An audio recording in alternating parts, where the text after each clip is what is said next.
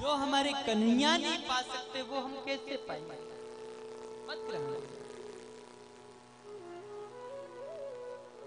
आहार से मतलब ये नहीं है कि आहार का मतलब सिर्फ भोजन ग्रहण करना ही है।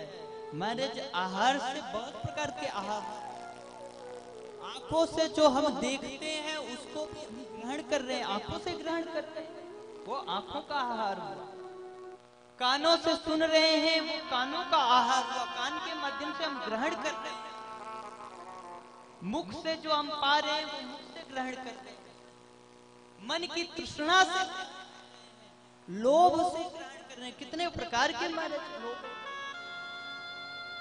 कितने प्रकार के हमारे हम लोग आहार ग्रहण कर रहे हैं। कैसे कैसे दृश्यों के माध्यम से हम उन दृश्यों के माध्यम से ग्रहण कर रहे हैं। सुन कर महाराज इधर किसी की चुगली हो रही है, तुरंत हमारे कान में पहुंच जाएंगे, अरे ये तो हमारी बात कर रहा है, अरे ओहो अच्छा उसके घर में ऐसा हो गया, अरे राम राम राम राम, मैं तो उससे बड़ा अच्छा समझता, या मैं उसे बहुत अच्छा समझता। कानों से ग्रहण कर रहे हो, अब जैसा ग्रहण करोगे वैसे ही मन होगा। आंखों से जैसा देखोगे, मैंने कोई सुंदर पुरुष दिख गया, ओ कोई सुंदर स्त्री दिख गई, उसके प्रति आंखों से मन में आपके विषय रूप से आप उसे ग्रहण कर नेत्रों में सम्मान। मुख के माध्यम से हम गलत पदार्थों का सेवन कर रहे हैं, सब ग्रहण ही कर रहे हैं, सब जा अंदर ही रहा है। वो आपके ऊपर है कि आप क्या ग्रहण करते हो और क्या छोड़ते हो। बोले जय श्री कृष्ण। और जोर से, और जोर से।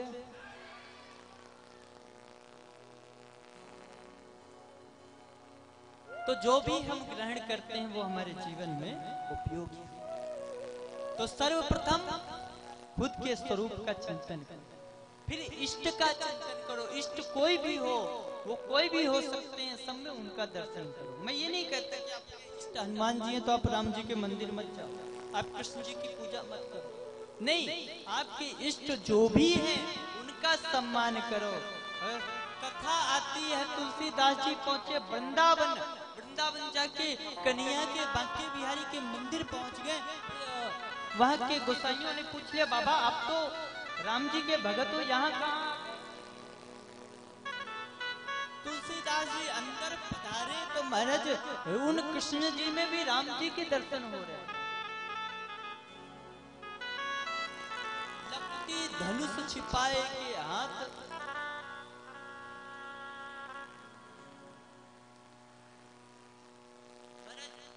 उस मुरली को कन्हैया ने छिपा कर महाराज हाथ में धनुष बांध रखा। अरे राम कृष्ण में अंतर क्या है?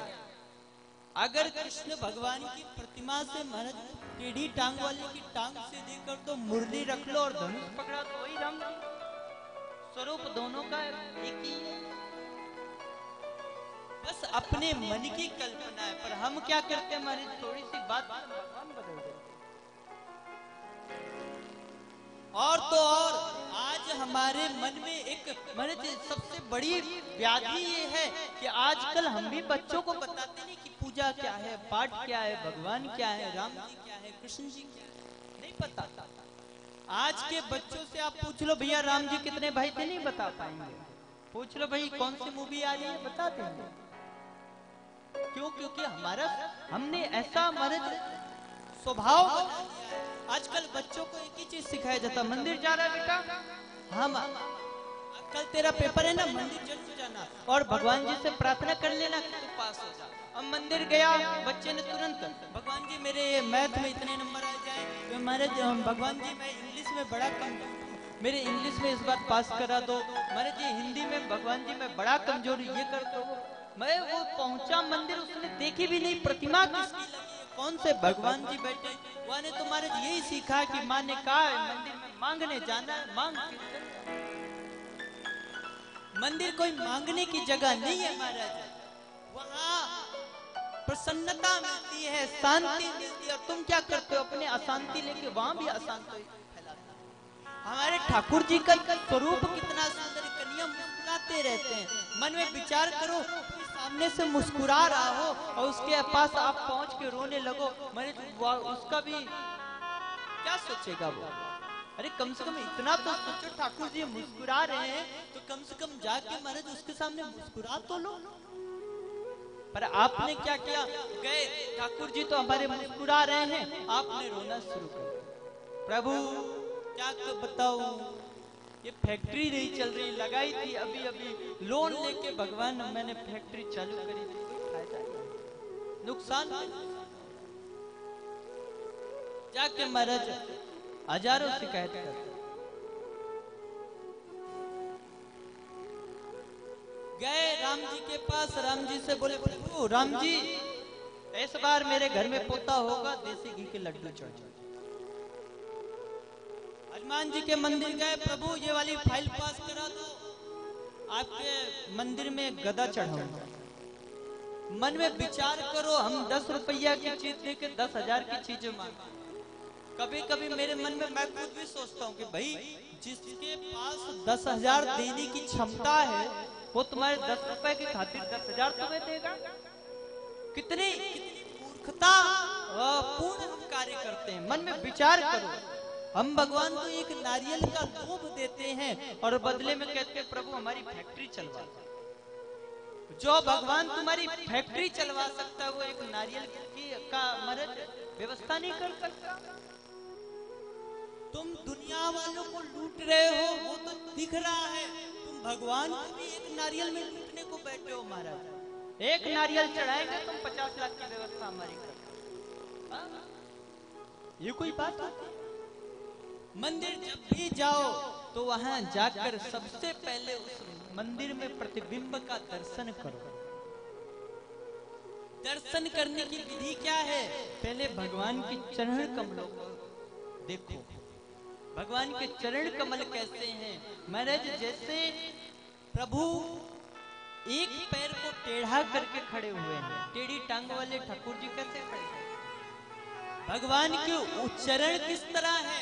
श्याम वर्ण के चरण है, उसके बाद नख सफेद कलर के हैं और जो तलवे हैं वो रेड कलर के, लाल कलर के, और देखने में ऐसा प्रतीत होता है कि श्याम वर्ण और गौर वर्ण तो दिखते हैं। श्याम वर्ण की मरज त्वचा दिखती है और साथ में गौर वर्ण के वो नख दिखते हैं। श्याम वर्ण के चरण और गौर वर्ण के नख, और उन भगवान सीधे खड़े हैं तो जो महाराज भगवान के लाल लाल तलवे हैं ना वो दिख नहीं रहे, उनका आभास मात्र हो रहा है। तो इस प्रकार लगता है जैसे श्याम वर्ण की यमुना और गौर वर्ण की गंगा और बीच में लाल कलर की महाराज सरस्वती, इनका त्रिवेणी का संगम हो रहा हो। इस प्रकार हमारे ठाकुर जी के चरण, उन चरणों का दर्शन,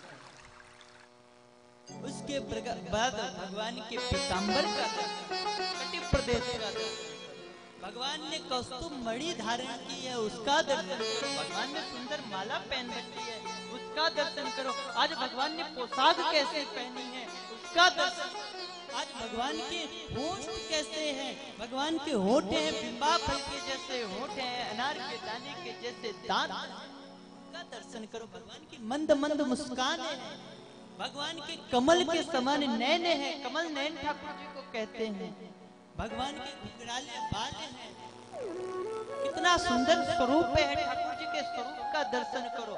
और दूसरी बात, यह मंदिर का मतलब क्या होता है? मंदिर हमारे सनातन धर्म में अब कैसे बनते हैं वो तो मुझे नहीं पता, पर शास्त्रों में जो मंदिरों का उल्लेख है उन मंदिरों में महाराज किसी ना किसी कारण से वो मंदिर बने। हर मंदिर का कोई ना कोई साइंटिफिक रीजन है। तो मंदिर का गुंबज क्यों इतना ऊंचा होता है? क्योंकि यह सारी महाराज पॉजिटिव एनर्जी को शोषित करता है, अपनी ओर खींचता है। और जब हम मंदिर जाते हैं तो मंदिर जाकर कम से कम 10-5 मिनट बैठकर भगवान का भजन करना चाहिए, ध्यान करना चाहिए। उससे क्या होगा? वहाँ अवशोषित जो पॉजिटिव एनर्जी है वो हमें प्राप्त होगी। आप कभी भी मंदिर के प्रांगण में बैठकर माला जपोगे तो आपका मन अलग ही प्रसन्न चित्त हो जाएगा, आपको अलग सी एनर्जी फील होगी। ये आप कभी भी करके जाना, कभी भी देखना। आप कोई भी मंदिर जाओ, मंदिर में जाके 10 मिनट बैठना ठाकुर जी के सामने, 10 मिनट बैठ के जो भी आपके इष्ट हैं उनका नाम मंत्र जपना, आपको अलग ही एनर्जी उससे फील होगी। ये सारे रीजन। तो इतना ज्ञान अवश्य मनुष्य को होना चाहिए। सबसे प्रथम ज्ञान, हमारे घर में जो मूर्ति है वो मूर्ति नहीं